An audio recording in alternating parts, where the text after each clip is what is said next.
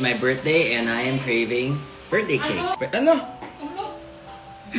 Nakakakilig kasi ang dami nag-send ng mga cakes. Friends, family, mga brands na naka-work ko. Sobrang thank you sa mga nakaalala ng birthday ko. And sa mga hindi nakaalala, it's okay. I know we're all busy. Si Lord na ang bahala sa inyo. May balik yun. Joke lang. Bago ko i-share yung mga cake, yes po, shinare ko lang din sa inyo bago ko siya i-share sa mga kapitbahay. Hi! Ay, may commercial. Hello!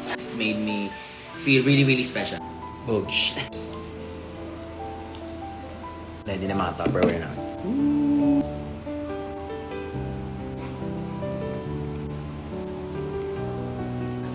Nagiba na siya.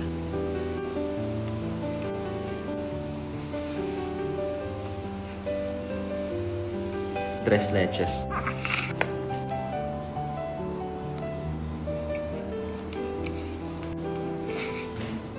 So good. Wish ko this year, mas magkaroon ng maraming time para kay Alec, more opportunities sa career, and more happiness.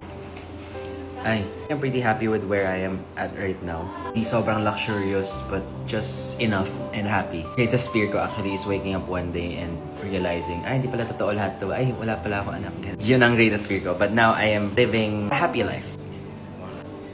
Ay, sabay talaga. Ay, Ang sikip! mas masikip ka. 1, 2, 3.